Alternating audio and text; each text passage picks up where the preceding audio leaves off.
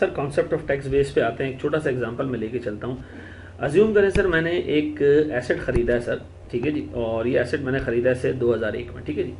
तो मैं अगर आपसे कहूँ कि सर मेरे पास 2001 में इसकी जो कॉस्ट है वो अकाउंटिंग के हिसाब से भी से 1 लाख रुपए और टैक्स के हिसाब से भी 1 लाख रुपए। भाई अकाउंटिंग वाला कह रहा है मैंने 1 लाख रुपए का एसेट खरीदा, तो टैक्स वाला मना थोड़ी कर सकता है कि 1 लाख का एसेट आपने नहीं खरीदा।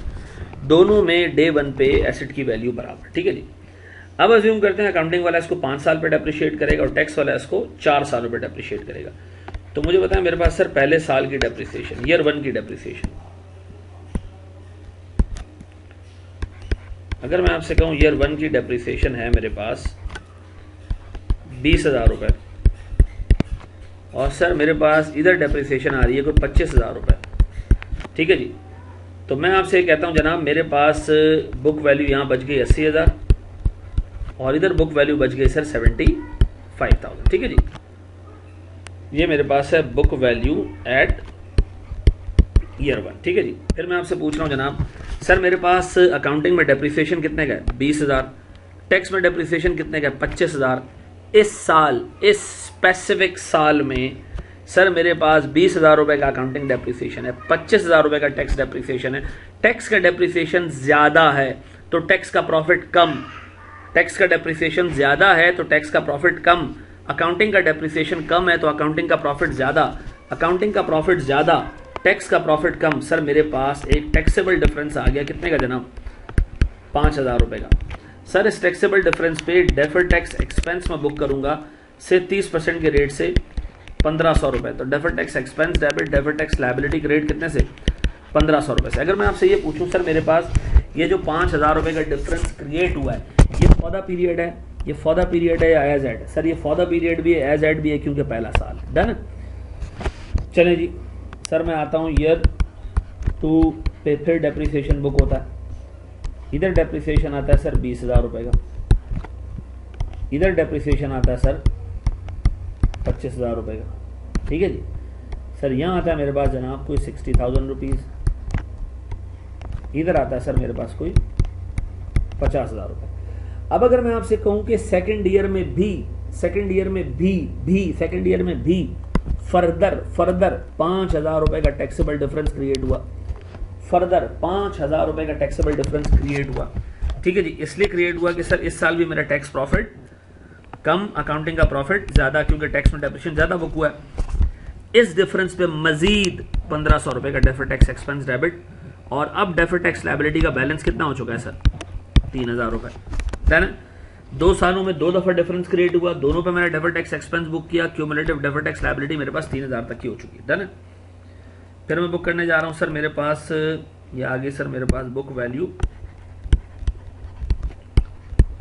Eight year 2। अब बताएं सर फिर मैं डेप्रिसिएशन बुक करूं ईयर 3 का, तो बताएं सर इधर डेप्रिसिएशन है 20 का, इधर डेप्रिसिएशन है सर मेरे पास 25,000 का। अब बताएं सर मेरे पास फिर फर्दर 5,000 रुपए का टैक्सेबल डिफरेंस क्रिएट हुआ जैसे पिछले सालों में क्रिएट हुआ, फर्दर इस पर डेफर्ड टैक्स एक्सपेंस मैंने बुक किया और सर अब मेरे पास डेफर्ड टैक्स लायबिलिटी का फिगर कोई 4,500 पे जा पहुंचा है, ठीक है जी। अब अगर मैं आपसे कहूं सर मेरे पास जो बुक वैल्यू है वो कितने की है जनाब 40,000 रुपए की है, मेरे पास इधर बुक वैल्यू कितने की है जनाब 25,000 रुपए की। अब बताएं सर मैं अगर आपसे कहूं कि ये मेरे पास बुक वैल्यू एट ईयर 3 है, आप कहोगे बिल्कुल है book value at year 3। Sir फिर मैं आपसे कहता हूं जनाब ईयर 4 मेरे पास डेप्रिसिएशन फर्दर सर 20,000 रुपए का, सर इधर सर 25,000 रुपए का। सर इवन चौथे साल में भी टैक्सेबल डिफरेंस मजीद क्रिएट हुआ, कितने का 5,000 रुपए का। इस टैक्सेबल डिफरेंस पे फर्दर डेफर्ड टैक्स एक्सपेंस और अब मेरे पास सर ये 6,000 रुपए का हो चुका है सर कोई टोटल डेफर्ड टैक्स लायबिलिटी का बैलेंस, ठीक है जी। अब बताएं सर मेरे पास रिमेनिंग बैलेंस यहां रह गया कोई 20,000 रुपए का, इधर हो चुका है मामला 0, ठीक है जी। तो मैं अगर आपसे कहूं बुक वैल्यू एट ईयर 4, अब बताएं सर मेरे पास 5वें साल का डेप्रिसिएशन 20,000, अब बनाया सर इधर तो कोई डेप्रिसिएशन है नहीं। अब पहली दफ़ा सर मेरे पास अकाउंटिंग का डेप्रिसिएशन ज़्यादा है और टैक्स में डेप्रिसिएशन है ही नहीं, तो टैक्स का प्रॉफिट ज़्यादा है। अब टैक्स का प्रॉफिट ज़्यादा है क्योंकि टैक्स में डेप्रिसिएशन नहीं है। टैक्स का प्रॉफिट ज़्यादा है सर 20,000 रुपये से, और टैक्स का प्रॉफिट जब भी ज़्यादा होता है सर एक डिडक्टेबल डिफरेंस क्रिएट होता है। डिडक्टेबल डिफरेंस में मैं डेफर्ड टैक्स इनकम और डेफर्ड टैक्स एक्सपेंस बुक करता हूँ सर कितने से, 6,000 रुपये। सब बताओ इस डेफर्ड टैक्स इनकम और एसेट को जब बुक करूँगा तो ये लायबिलिटी का पूरा बैलेंस क्या हो जाएगा, जीरो हो जाएगा, नलिफाई हो जाएगा, न्यूट्रलाइज हो जाएगा, खत्म हो जाएगा, नेट ऑफ हो जाएगा। अगर मैं आपसे पूछूं सर, गौर से सुनिएगा दोस्त, गौर से सुनिए, कि मेरे पास पहले साल कितने रुपए का डिफरेंस ओरिजिनेट हुआ, आप कहोगे 5,000 रुपए का। कितने का? 5,000 रुपए का डिफरेंस ओरिजिनेट हुआ। बताएं इस डिफरेंस में मैंने क्या बुक किया, डेफर्ड टैक्स एक्सपेंस और डेफर्ड टैक्स लायबिलिटी। दूसरे साल मेरे पास फर्दर 5,000 रुपए का डिफरेंस ओरिजिनेट हुआ, तो मैंने further deferred tax expense book किया। अगर कोई मुझसे पूछे दूसरे साल के एंड पे एज एट डिफरेंस कितने का है, तो मैं क्या जवाब दूंगा, एज एट डिफरेंस 10,000 रुपए का, और 10,000 रुपए पे as at deferred tax liability कितने की मौजूद है, 3,000 रुपए की। सर फिर मेरे पास 5,000 रुपए का टैक्सेबल डिफरेंस मजीद क्रिएट हुआ। अगर कोई पूछे कि यार एज एट डिफरेंस, तो इन तीनों को मिला के मैं क्या जवाब दूंगा, एज एट डिफरेंस कितना जी, 15,000। और इस डेफर्ड टैक्स लायबिलिटी का बैलेंस इस पे कितना आता है, 4,500 रुपए का। देखें अगर आपको एज एट बैलेंस मालूम करना है तो आप इफेक्टिवली 1, 2 और 3 इन 3 सालों के जो फॉर द ईयर डिफरेंसेज है उनको एड अप कर रहे हो। ठीक है जी, इन 3 सालों के फॉर द ईयर डिफरेंसेस को एड अप करके जाके तुम्हें जो है वो एज एट डिफरेंस मिल रहा है। सर एज एट डिफरेंस आप ऐसे भी मालूम कर सकते हो कि आप अकाउंटिंग और टैक्स की बुक वैल्यूज का डिफरेंस ले लो। बताओ पहले साल डिफरेंस कितना है सर, 25,000 रुपए। Sir for the year difference भी कितना है, 5,000 रुपए का। फॉर द ईयर डिफरेंस भी कितना है, 5,000। एज एट डिफरेंस भी कितना है, 5,000। सर जब मैंने ईयर 2 में मजीद डिफरेंस बुक किया कितने का, 5,000 रुपए का, तो सर अगर आप इन दोनों में डिफरेंस देंगे कितने का आ रहा है, 10,000 रुपए का। तो इसका मतलब ये कि अगर मुझे फॉर द ईयर डिफरेंस निकालना है तो मैं अकाउंटिंग और टैक्स डेप्रिसिएशन को देख लूँ, और अगर मुझे एज एट डिफरेंस निकालना है तो मैं अकाउंटिंग और टैक्स की रिटर्न डाउन वैल्यू को देख लूँ। अब बताओ थर्ड ईयर की टैक्स रिटर्न डाउन वैल्यू और अकाउंटिंग रिटर्न डाउन वैल्यू में डिफरेंस कितने का सर, 15,000 रुपए का। इस 15,000 रुपए पर सर 40% 30% के हिसाब से 4,500 रुपए की डेफर्ड टैक्स लायबिलिटी बनती है। सर चौथे साल देंगे तो डिफरेंस कितने का जनाब, 20,000 रुपए का। इसका मतलब है अगर आपको एज एट डिफरेंस चाहिए किसी भी एसेट से रिलेटेड कि अकाउंटिंग और टैक्स प्रॉफिट्स में एज एट डिफरेंस, तो सर आप सीधा कैरिंग अमाउंट को कंपेयर कर लें। ये कैरिंग अमाउंट किसके हिसाब से, अकाउंटिंग के हिसाब से। कंपेयर करने इसको कैरिंग अमाउंट किसके हिसाब से, टैक्स के हिसाब से। सर जो टैक्स के हिसाब से कैरिंग अमाउंट होती है ना किसी भी एसेट या लायबिलिटी की, जो टैक्स के हिसाब से कैरिंग अमाउंट है सर, ऐसे ही कैरिंग अमाउंट को जो टैक्स के हिसाब से है सर हम कहते हैं जनाब टैक्स बेस।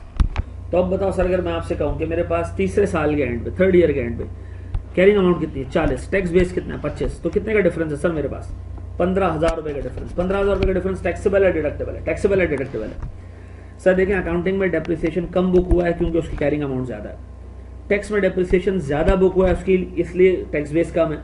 तो टैक्स बेस का कम होना इंडिकेट करता है कि पास्ट में सर टैक्स डेप्रिसिएशन ज्यादा अलाउ हुए और अकाउंटिंग डेप्रिसिएशन कम अलाउ है। तो सर अगर मेरे पास एसेट का कैरिंग अमाउंट ज्यादा है, पीपी के केस में टैक्स बेस से कैरिंग अमाउंट ज्यादा है, इंडिकेट्स कि अकाउंटिंग में डेप्रिसिएशन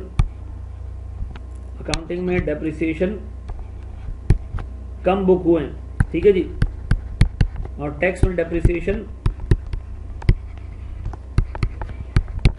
ज्यादा बुक हुआ है, ठीक है जी, ज्यादा बुक हुआ है टैक्स का डेप्रिसिएशन। तो इसलिए सर इसका मतलब है मेरे पास अकाउंटिंग में अगर डेप्रिसिएशन कम बुक हुआ है, टैक्स में ज्यादा बुक हुआ है, तो हिस्टोरिकली टैक्स का प्रॉफिट कम रहा है। टैक्स में ज्यादा डेप्रिसिएशन बुक होने का मतलब उसका टैक्स प्रॉफिट कम, अकाउंटिंग का टैक्स प्रॉफिट ज्यादा। तो सर ये हमेशा क्या क्रिएट करेगा, एक टैक्सेबल डिफरेंस। इसका मतलब है सर कैरिंग अमाउंट का ज्यादा होना इंडिकेट कर रहा है कि अकाउंटिंग प्रॉफिट हिस्टोरिकली ज्यादा रहा है क्योंकि अकाउंटिंग में डेप्रिसिएशन कम बुक हुआ है। टैक्स बेस का कम होना इंडिकेट कर रहा है कि पास में टैक्स एक्सपेंस ज्यादा अलाउ हुआ है, तो सर टैक्स प्रॉफिट कम रहा है। टैक्स प्रॉफिट कम रहा है तो सर अकाउंटिंग का प्रॉफिट ज्यादा रहा है, अकाउंटिंग का प्रॉफिट ज्यादा रहा है तो डिफरेंस टैक्सेबल डिफरेंस, ठीक है जी। उल्टा होगा तो डिडक्टेबल डिफरेंस। आगे जाके हम देखते हैं। सर मुझे एक बात बताएं, what is tax base? Tax base is the value of an asset और लायबिलिटी फॉर टैक्स पर्पसेस, ठीक है जी। और अभी हमने देखा कि सर हमारे पास जो पीपी है उसका carrying amount effectively is accounting book value इसी पीपी का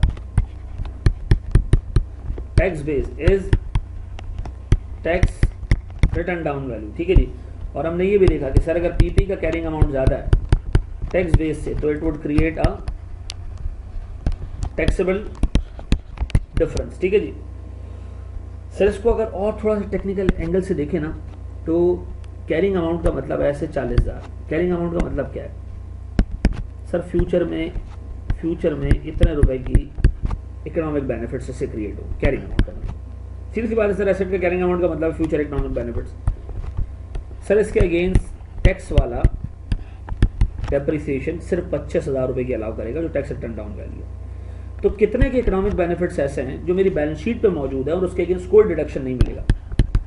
15,000। It's just a matter of time कि ये इकोनॉमिक बेनिफिट्स रियलाइज हों और उस पर मुझे टैक्स देना पड़े। तो सर इस पर आप आज से टैक्स बुक कर लें कोई 4,500 रुपये का, लेकिन इसको डेफर्ड टैक्स एक्सपेंस और डेफर्ड टैक्स लायबिलिटी के तौर पर बुक करें। सर अगेन याद रखना, एसेट का कैरिंग अमाउंट ज़्यादा, tax base come, it will always create a taxable difference and taxable difference will attract deferred tax expense and deferred tax liability.